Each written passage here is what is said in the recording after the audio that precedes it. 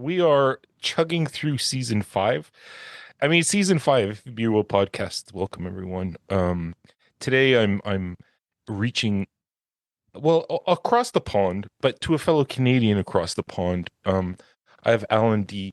Boyd with me today, who is from. Well, we're going to talk about his band Movieland, but we're also going to talk about Little Sparta and a bunch of other amazing things this guy did. I mean, Alan, you're a talented guy. I'll just say that right off the bat. I mean, not only are you a musician, but you're a director, you're an editor, you're like you just dabble in so many areas, which we'll get into. But I want to just first of all thank you for joining me today.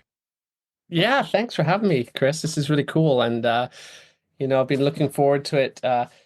Working up towards the evening, I've been sort of really Right. busy today, sort of getting ready and everything. And always nice to join people for new podcasts. Absolutely. Well, thanks so much. I think that this will be a great conversation. And maybe to start off, Alan, I know that you were born in Edmonton, I was and actually yep, born in Winnipeg. So I was born Winnipeg. in the Okay. dead center of the Canada, you know, You and you can't be right any more there. Canadian, right? I mean, you're Exactly. central I was like, Canadian.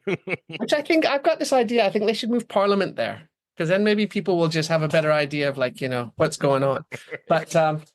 I was born in Winnipeg, but my parents were from Scotland, and 5 days after I was born, they took me to Jamaica. Wow. So that was my first thing. It's like I think I was born in January, so I think I went from -30 to like sort of Jamaican sunshine in 20, in within a week. Amazing. Then they moved to Birmingham in England for a little while, and then we moved back and they settled in Edmonton, Alberta, which is Okay. where I spent my formative years growing up. Right, right. And to tap into those years a little bit, when did music start for you? Like in those days, what was the setup and like where was the interest and how did you get drawn into, wanting to be involved in music? I think there's kind of two things. One, my dad was a bass player. He was a doctor, but he also. Oh, here comes the Wine. interruption. Thank you very much. Hello. Little glass of wine there. Thank There you. you go. Um, Nice. my dad was a doctor, but he grew up playing bass, and so he kind Mm, of bought me a bass guitar when I think when I was like 13 or 14, and said, "Oh, you should have a hobby. You should like get into music. It's a great hobby." And I was like, "Uh-oh, this is what I want to do now. This is it." And around that same time, which is like the early 80s, mm, the hardcore punk scene in America was kind of kicking off. And in Edmonton, we had this really cool scene going on at a place, kind of, one of the main places was a place called Spartan's Men's Hall, where we had bands like SNFU. We had a local band called Junior Gone Wild. mm. When we had bands coming in from Calgary, we had like bands coming in from the West Coast. We had touring bands like the Dead Kennedys and Black Flag, bands from all over. And it was like this 14 and 15 years old, and I just discovered this amazing independent punk rock scene Wow.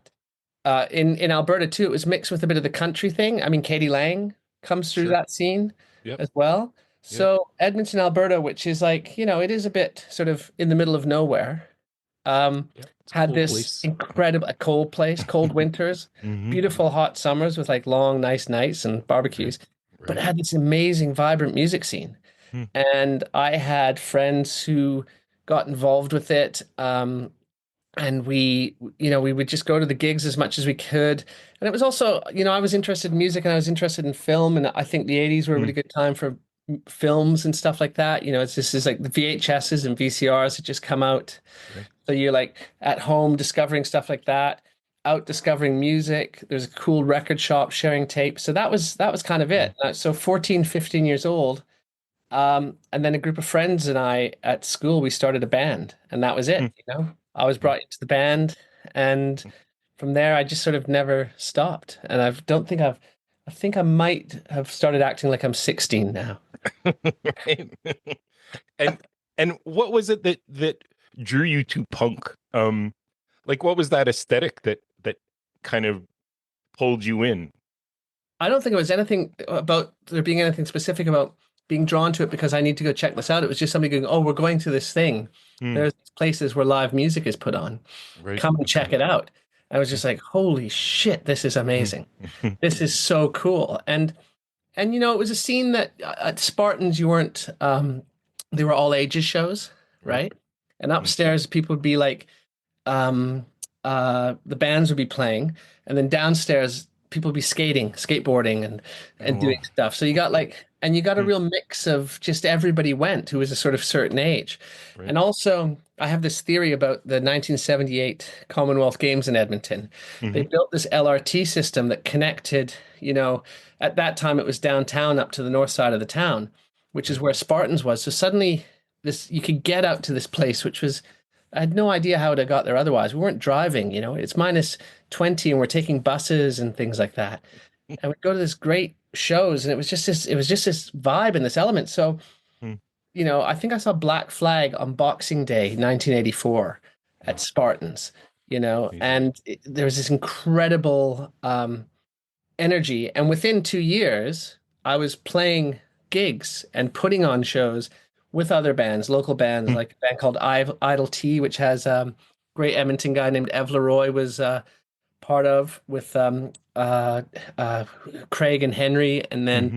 Hmm. obviously Junior Gone Wild, who were like one of the greatest bands I've ever seen in my life play, Right. and Wow. and then of course SNFU, who years later I Hmm. ended up coming over here on tour with them. Right. Right. And when you first started getting your band together, was that to become eventually Movieland? Like I've read No, that it was 1991 that Movieland formed. Is that yeah, so the Edmonton bands were like I was in a band called Edgware Road because we thought that sounded, it's the name of a tube station in London, and we thought that sounded really romantic, and it's not. And then that led to being in a bus, a band called Kentucky Church Bus that was with Wow. some other friends that I met and got to know. So Edgware Road was kind of the high school band. Kentucky Church Bus was the post high school band, and then I got asked by the Montreal band, the Gruesomes, to come out there to Montreal and join them when Jerry had left the band. Right. So I Right. went to Montreal and I played with the Gruesomes for about 6 months, which was really fun. We toured Canada. Mm. It was a good time, but they basically had decided they done. They would, Right. they wanted to quit. I Mm. don't think I kind of came in and fit exactly what they wanted to be, so they decided to just quit. So at that time, it was I think it was 89, I remember the Berlin Wall coming down. It was a Mm. big time in the world, and Yep. being in Montreal was really interesting. I remember hanging out with Ivan from Men Without Hats Right. at Fofoon, Right. and it was It's a fun. great And then I scene, eh? thought, Like such a good scene. oh, it was fun. It was Yeah. so cool. Yeah. The Doughboys. That's it. I lived in this house at I think it was 2112 Prudhomme was our address. Okay. And there was some crazy drug house that was across from us. It was really famous. But yeah, it was Mm. a really amazing experience being in Montreal. Mm. But then that ended, and so I just went, okay, well, went to California for 6 months, had a girlfriend there, Right. stayed in California, and because I couldn't stay, I just thought, right, I'm going to go to Vancouver and see what happens there, and that's how Mm. Movieland starts. Wow. Interesting. Interesting. And what was your impression of Vancouver music scene once you finally arrived there? What did you think about it? I think the Vancouver thing was like one of the things about Vancouver, which draws many people there, is the weather. You know, you don't get the winters like you get in Alberta. Right. Alberta's cold and dry. Montreal, cold and wet. Yep.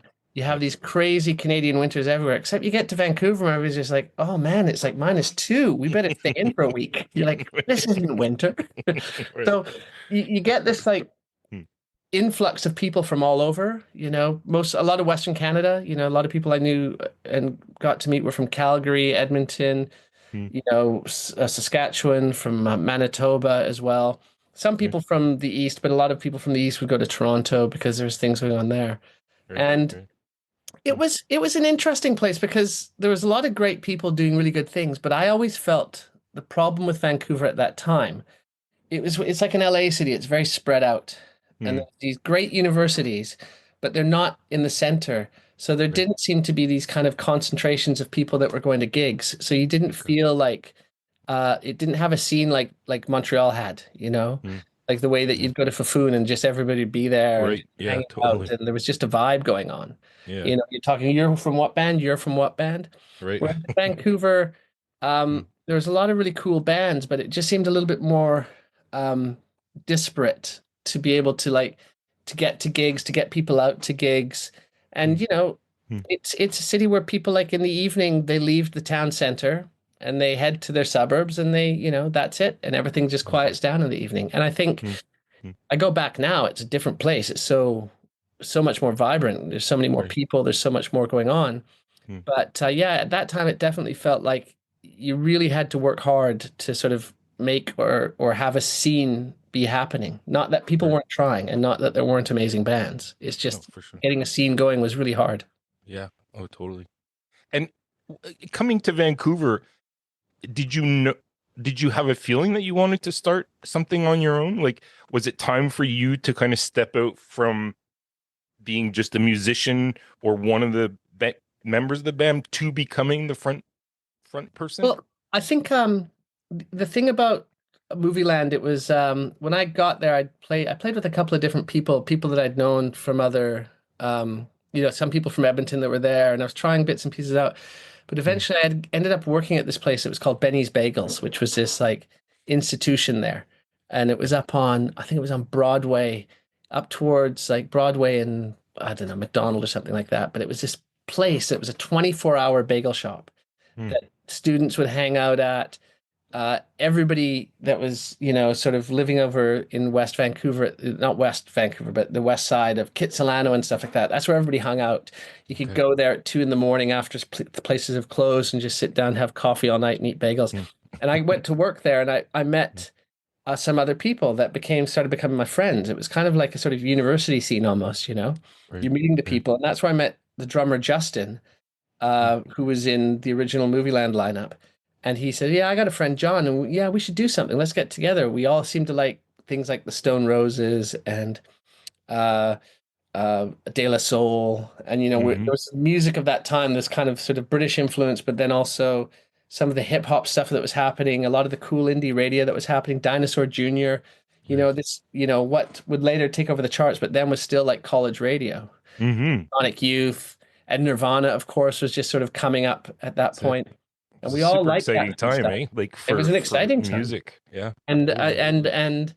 and that band came together, and that became Movieland. And Mm, so, you know, it was I was going to be the front man of this, and it was a three-piece, so that was a big thing for me because I was going to be yeah, playing guitar and singing and being the main guy, and I hadn't really right. been that thing before, you know. Mm. And where did the songs come from? Um, Uh, Alan, like, are these songs that you had kind of been penning throughout, time, or was it something that you guys all sat down together and it decide to was a write together? combination of two things. There was like sort of getting together and jamming and playing stuff out and playing ideas, and you sort of jam around on um playing around and, you know, playing Stone Roses songs or whatever, the kind of things we liked. But Mm, then also, uh, you know, this was the days of the 4 tracks and 8 track recorders, you know, the mm, cassette ones. So yeah. I had a Mm. cassette Tascam 488. No beauty. Love So cool. Gray it. one, right? You Yeah. know, and you could do 8 tracks on it. I know. I was like, not It's four, like 8. And it crazy. was so exciting. So you know, I had a little Alesis drum machine, Mm, HR16, a Tascam 488, some crazy guitar pedals, and I just sort of, and I all actually set. remember one of the very first Sans amp, you know, it was the first sort of Right. amp Right. replicator. Right. Yeah. And so I'd Mm, write songs at home that I'd bring to the band, but then we'd also jam stuff out. mm, So it's a mixture of both, and I really enjoyed that process of writing on the 8 track. yeah. You know, Yeah. and I'd often like sort of start with like you put down a drum beat and listen to a tone and listen to these ideas of like kind of what's the beat, and then Mm, build on that and jam along to them. But you had to sort of think very linearly, okay, and then programming drums, okay, it's going to change after 4, so I have to be ready to change. Well, what am I going to change to? So it's like this almost like sort of planned improv, if you see what I yeah. mean. Yeah. It And really gave though the access to having those layers. You could start to see a song come to life, right? With those first 4 track, 8 tracks that were out there. Like many musicians that I've spoken with, those are some of their fondest memories of writing is with their 4 track or their 8 track in their bedroom and No, so starting to see their songs like, wow, like, okay, I got a line here now. I got a main chorus. I got a few little lyrics I can put in. Um, and you really think about yeah, when it was like that, when it was on tape, and you really had to think about what you were doing, and right, you put it down. It's like, I mean, I love digital and I love what you can do with a Logic or Pro Tools or whatever now. But sure. that sense of like and even like a cassette committing to it. And then when you had to, you thought, oh, I need a few more tracks. I'm going to bounce down the drums and the bass are going to go down to one track, and then I'm going to get Right. 7 more. This is going to be it's going to be sound amazing. I remember that. Bouncing the tracks and just like crossing your Yeah. fingers. Am I going to come back to Yes, that? Oh that no, was I don't it. need it anymore. I can get rid of that now.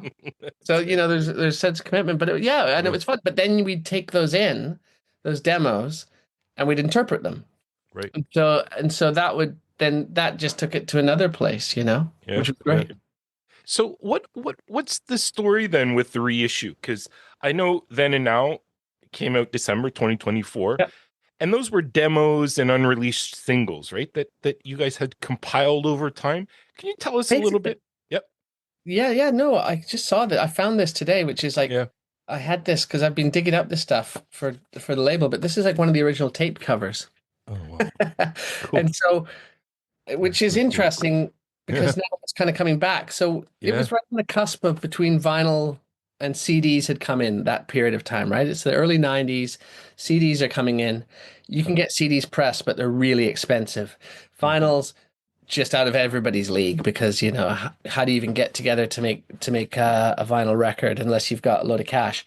mm, Um, but cassettes, there were all these cassette duplicating plants that existed. So the bands, people would make cassettes. So when we would record, we'd put them together, make a cassette, and sell them in the local record shops, like mhm, Zulu Records, Odyssey, whatever else there was. And you'd spend a lot of time in Kinko's, I think it was, making covers like this, sitting there cutting things out. And I think I had Corel Draw mm. on my mate's computer where I would like design everything up, and then I'd Yeah. print things, then go photocopy, and it was a real kind of uh factory that you Hmm. sort of putting stuff out, real DIY. And again, this goes back to that inspiration from meeting and seeing all these touring bands, Right. when I'm like sort of 14 and what they're doing and going around the country printing t-shirts in the back and selling them. But the tapes and stuff, we made 3 different tapes, which we'd both send to record companies and sell in shops. Okay. Um, and that's when we got to meet Jonathan Simpkin, who is one of the owners of 604 with Chad. Mm, Uh, and Jonathan was the sort of local lawyer who I think he was doing criminal law at that time, but he was really into music and wanted to eventually do something to do with music. And he heard us and he started championing us, and he, mm, became our lawyer as such, our representative. As he did with many bands in Vancouver, he went around and found the bands that he really liked, and he said, "Yeah, I'll help you guys along." mm, Now with us, I know he took us out to somebody in Toronto. I think it might have been A&M Records, as he did with many other bands. And unfortunately, we weren't one of the success stories. mm, It was like, yeah, okay, well, they're okay, but we won't go with that band. We might like this one, we might not like that. But it was a weird time, but too, because you really felt that Vancouver was seen as this kind of thing on the West Coast. It was really far away. right. It's not there in the sort of Ontario, Quebec sort of mega power where everything goes on. Mm, And if somebody was going to get signed from Vancouver, yeah, maybe we'll sign a band from Vancouver this year. We'll see if we've got the budget to compete with everything else that we're doing. So there was that sense of being um, really on the outside. And I'm sure people mm, in sort of Nova Scotia, New Brunswick, Alberta, Yukon, all those places must feel that same sort of sense of not being part of it. So different yeah. how the world is now. But Yeah. you really felt you were in the frontier. And Mm, so we put these all together. And then Jonathan got in touch with me a few years ago and said, "Look, man, got this great record company now, done pretty well. Might have heard of Carly Rae Jepsen, heard of her? mhm, Have you heard of Nickelback? Working with them, you know, working with people like Nardwar, doing all these amazing things.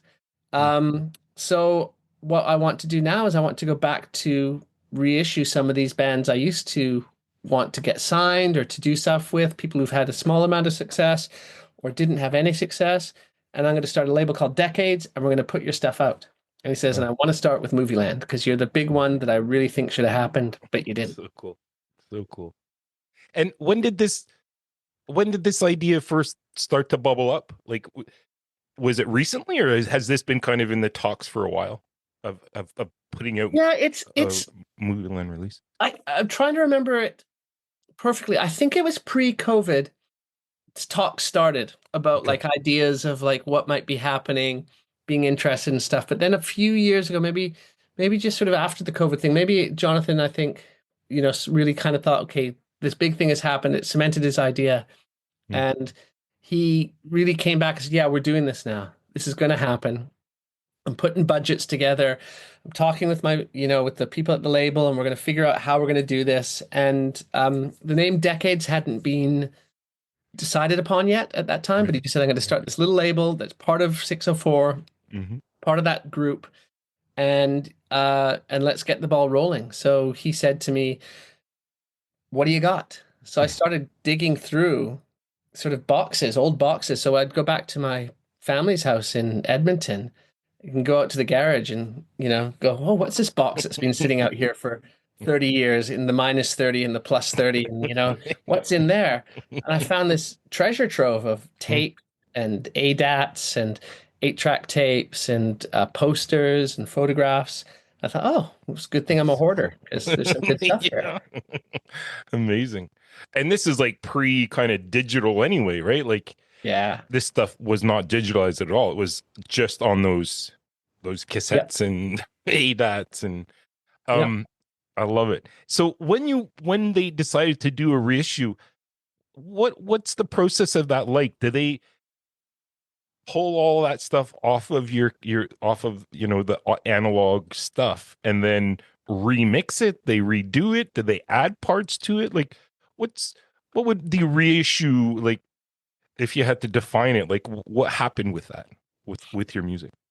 Well, this is cool because I think this is what's wonderful about the digital world we live in is that I basically it was so perfectly timed because all this AI software for pulling songs apart and editing Mm, yeah. was just starting to come out. So this first cassette, which I was showing you, which was sort of the black cassette, which was just called Movieland, Yeah. um, it was all recorded live to DAT. So it was just 2 tracks, stereo recordings. So there were no mixes of it as such. It was just Mm, straight up, the masters. That's all that existed. And I managed to pull apart the drums, the bass, the guitars, and the voice and do a mm, slight remix on it. Now, because right. it's very reverb heavy and noisy and all sorts of stuff, you couldn't quite get in there and separate everything perfectly, but it was enough to just be able to sort of boost a few frequencies and I put it into Logic and started mixing it, a Mm, little bit, mm, which just gave it a bit more beef than it had had before. And mm, then, so that's the first tape. The second tape was done as an 8-track reel-to-reel recording with this guy Adam Sloan, who lived in Vancouver and was with a band called Perfume Tree and also did his own dub stuff. And that one, I had the 8 tracks, which I sent to a company here in Oxford who digitized those. So I got the actual tracks, and so I oh wow. remixed those. And then the third recording we did was done on ADAT, which was 16 track. So it was two Right. ADATs, Right. which was sort of our first digital format that we started working with Mm, proper. And those again were digitized, but it was really cool because there were some bits of tape disintegration that happened in them. yeah. So I was playing around with those a little bit, but in the end, we kind of cleaned it up and I did the mixes. Didn't add anything to it. Wanted to keep it as what it was. Yeah. And then we sent those to Joseph, who's the A&R guy for Yeah. decades, who's working on the project. And he sent it off to get mastered. And it came back and went, yeah, that sounds pretty cool. And we Awesome. couldn't believe, in a way, how well it stood up Yeah. after Yeah. that much time. Yeah. Absolutely. Well, even listening to it, and I've listened to it a bunch of times. I mean, it sounds timeless. I mean, it's just Oh, thank you. like it could have been recorded 10 years ago or like last week. Like it feels relevant. Thank you very much. I mean, I think one of the things that what struck me is that that comment's come back from a few people going, "Is this now or is this then? Is Right. it real? Is it Memorex?" Right. You know, and I think that that's you know, I do think there was a little bit of a zeitgeist that we were trying to encapsulate and be part of, which was this new kind of music that was coming in, sort of mixing between the American grunge stuff and the British sort of more ethereal shoegazy stuff, which wasn't even, Yeah. we didn't even call it shoegaze then, you know. Right. That term existed, but it was more derogatory. You Yeah. know, we kind of really called it, we kind of thought of ourselves as a psychedelic rock band, Yeah. you know, a sort of indie alt psych band that was, Yeah. you know, with big loud guitars and all these noises and Yeah. things like Wall of that. sound and like just Exactly. so good. And you know, and there were challenges because I'd go sometimes be working with engineers and getting things mixed and going, no, no, the guitar needs to be louder than the vocal. They go, you can't do that. You can't make the guitar louder than the vocal. I was like, yes, you can. You just push the faders and it is. Look, you These little just did buttons, it. they do it. They do it. No, it's not allowed. The kick must be there. This drum, you know, and I thought, no, it doesn't have to be like this. Well, that's cool. Pushing the barriers, like seeing how far the sound can bring you. Um, Trying yeah, to. absolutely. So it's such a really good release too. And I was trying to pinpoint too, like, were there certain levels that were changing, or like because the songs were recorded in different, and it just flows so nicely, Alan. It's just Well, that's very well I done. got to give a big shout out to Christian who did the I think Montato is his last name, and Hmm.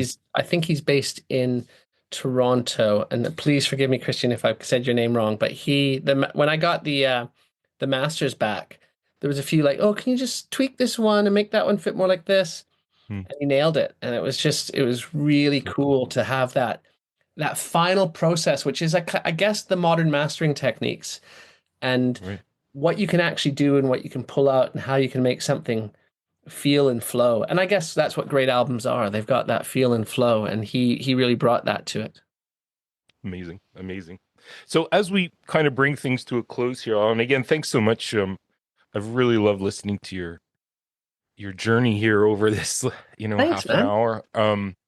I wanted to mention Little Sparta as well, because I mean, I just once we set this up, I listened to it a bit, and it does have a different feel to it, but something, definitely that's you there.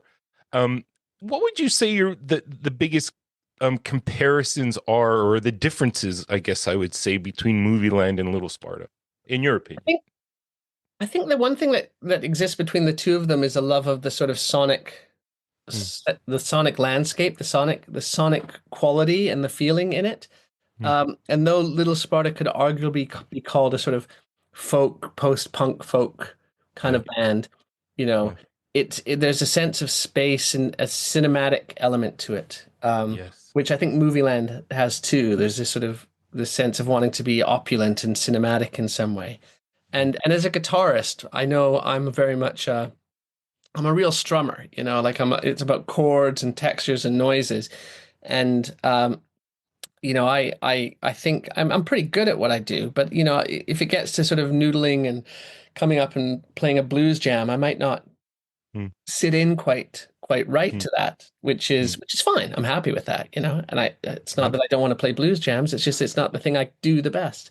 right. But with Little Sparta, that sort of started when I came here and I was putting this band together, meeting people, trying to do something, and eventually, I don't even know. I don't even know how the sort of sound developed, but eventually I met Susie Honeyman, who was and is the violinist in the Mekons. Hmm. And Susie came on for this track we were asked to record for Fire Records Hmm. for a James Joyce compilation. And Hmm. from that point, it was kind of, oh, this is what we need to have. And we were working with this poet, this guy named Jerry Mitchell, who he was really talented, but you know, he really burned me in the end. Hmm. It was, Hmm. you know, that was very unfortunate because we did some really good work together. Hmm. But that took us to this sort of Fire Records stage, and we had this sort of 7 or 8 piece band, and we'd go around, and that was the sort of 2005s, 2006, and there were some really Hmm. cool clubs. There was a place called the Spitz in Spitalfields Market that we used to play at, Betsy Trotswood, and a lot of these places have kind of gone now. And I had a young family, so my time was less to be able to do things. But Susie, Scott Skinner, who's the drummer, and myself carried on, and we did some. We would play art galleries, and Susie's husband's quite a well-known painter named Jock McFadden, Hmm. and we do openings with him, and we play these really cool spaces, and we kind of had this thing where we were playing music in and reacting to art, and then a lot of that was instrumental. And then eventually, Susie said, "Oh, we can get Sally from the Mekons. Maybe she'll sing a Hmm. song or two with us." So we started getting Sally to sing a few songs, Fun. and that brought the next thing. And so, yeah, so it's just been this thing where we kind of mix between our instrumental things that we're doing. And Yeah. I've got a few new songs that I'm working on right now that are with Sally. And then actually I started Cool. singing again in the band. So Cool. it's this place where we kind of Little Sparta's much more, a kind of it's it's I don't even know what to describe it as, but before I had a studio in London, which I had to give up last year. It just became too expensive. But Hmm. before I left, we just set up and put down 10 tracks, and we just turned on the mics and just started playing and just Wow. jamming them out. So it's Wow. very, it's kind of like, that sort of the ideas behind Can and stuff like that. Mm. Uh, with a I love folky that. vibe to it, maybe a little bit. But Susie's got this really amazing way of playing, so there's this openness to it. And then I'll pull them together, do a few edits, add some instruments, and then write some lyrics. Then if Sally's passing through town, I'll make dinner and say, "I've made dinner." And then when she gets here, I say, "You have to sing." Right. And Yeah. these things just sort of come together, and they come out That's together cool. every so often. One or two come out here and there. But yeah, Wow. that's what Little Sparta is, and it's something I don't That's think great. I think it's one of those things I'm never going to give up. Great. But it's not something that we put massive amounts of effort into. It just happens when it happens. It's quite an organic thing. That's cool. That's cool. So to end things up here, Alan, what can we look forward to? I know Movieland had some other things possibly for 2025, and if there's Yeah. anything else you'd like to share, please. What does 2025 hold for you? Well, 2025, I mean, the Movieland thing is that on the back of putting out the old material, because I'm terrible like this, I just said to Jonathan, I said, "Look, if you're going to put that out, can I record some new songs as well?" And Hmm. yeah, okay, go for it, man. And so Cool. here's a budget to do about 4 songs or whatever. And so I went, "Oh, sorry, man, I just did an album of 10." Oh, okay, I guess we'll put that out. So there's an album coming. I think it's 8 tracks in the end. We picked for it, but it's called Now and Then. Before the Beatles, we came up with that before the Beatles said it. Right. So it's then and now and then. But I guess it's a bit kind of like Let It Be by the Replacements, right? Right. We'll Right. share it with them. We'll let them share it with us. And that's a sort of couple of songs from were written specifically around the album coming out, and then there's summer from years over the last sort of 5 or 10 years where I've had these songs sitting there that sort of fit into that vein. Hmm. um so that's the Movieland thing, and the first single is the 28th of March, and I'll be in Vancouver on the 27th to play a show at the Red Gate. Then the 29th they're having a decades some sort of thing about decades happening at the 604 Nice. space. So I think I'm playing there as well. Cool. Then I think the Junos are on the 30th, and then I'm off to Edmonton where I'm playing at a place called the Cask and Barrel on the 5th with a full band. So that's going to be really fun. But then I'm making films. So Hmm. I've got a film I'm trying to make about UK session players, which I've been working on for 15 years, Hmm. kind of like the Crew, but for London. Okay. Um, I've got a film I'm trying to make about the artist Bill Fay, who just died a few weeks ago. It's really Hmm. sad. Right. We've Right. been working together, doing some interviews with him, and he's a very private man, but he asked me and his Hmm. friend Ray Russell to work with him to make a film of his life. So we're seeing if we can get that finished. Um, yeah, and that's hopefully what 2025 is going to bring. And then there's a very small possibility, but I might be working on a film about Neil Innes, who was the music guy from Monty Python. Oh, wow. So Amazing. we'll Wow. see. You've got a full docket. I do. I have a full bucket, a I very love it. full bucket. I love it. Now all I need is the money. That's right. That's right. Well, usually once all these things are set, that starts to flow, hopefully. I hope Um, so. I hope so. It's an interesting little world right now, and I absolutely. think I think creative people are finding it hard because of, digital world, social medias, Yeah, streaming services, all that's affecting for creative sure. people of all sorts. But, I try to always sit back and think how lucky I am to have carved a path through this, you know. Uh, You know, I, Absolutely. I'm not a millionaire, but like I'm sitting in a room with like 7 guitars, and I was working on a Pro Tool session all day today, and Well, I'm out meeting amazing people, making music and doing things, and I'm pretty lucky. yeah, you're living your life. You're living I the am. life you want to live, which is amazing. Like it's great to carve out your journey the way you want it to be, and it sounds that you've done that. Like, or you're doing it. I mean, I'm it's working on it, and I'm really looking forward to, it's progress. been nice to spend a lot more time in Canada actually, Yeah, and coming back and spending that time in Vancouver with the amazing support of the label, which has yeah. been so fun and so cool. And then just sort of, because I've been doing that, it's been rediscovering places like, my hometown, Edmonton, There you which go. is really fun and really cool. Well, you're always welcome back in Canada whenever you want. Cool, Alan. man. We I want to love, come to Montreal again, and I want to yeah. go to, I've Oh, I'd never been to love Quebec to. City. That's where I want to go too. Quebec Yeah, it's a City, beautiful city. re-explore Montreal, That's it. Well, take the anytime you want country to in. come play anywhere around here, come on down and All right. it will be nice to meet you in person. And again, thanks so much for this, Alan. It's been really insightful, and I love your stories and your the journey that you've had so far, and the excitement of what's to come. So I wish you all the best with all of that, and I'm looking forward to this new stuff coming out in 2025 for Movieland as Thanks, well. man. And thanks for doing shows like this. It's people like you that get the music out there. So it's really important. So thank you so much for this. Well, I appreciate that. I appreciate that. Well, you have yourself a good one, and we'll talk soon. Bye bye.